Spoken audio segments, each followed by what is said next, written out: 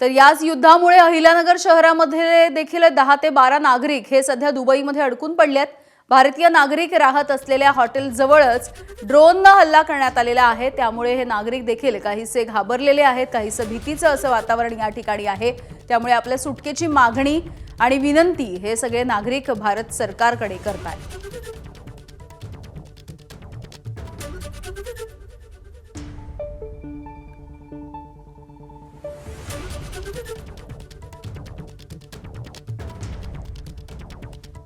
सर्व all over Dubai सध्या काय वातावरण एकदम ठीक आहे। जे आहे ते थोडंफार वातावरण थोडंसं बिघडलेलं आहे, पण त्या हिशोबाने आम्ही सर्व सेफ आहे। एक आपले नगरचे 8 ते 10 लोक जे आहेत ते इथं अडकलेले आहेत, तर त्याच्यासाठी सर्वजण आम्ही इंडियन एम्बेसीला कॉन्टॅक्ट करतोय।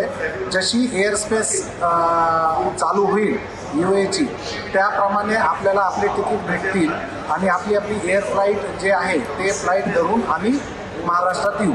जर काय सहकार्य लागलास तर सहकार्य करावे, हे नम्र विनंती। ABP माझा, उघडा डोळे बघा नीट।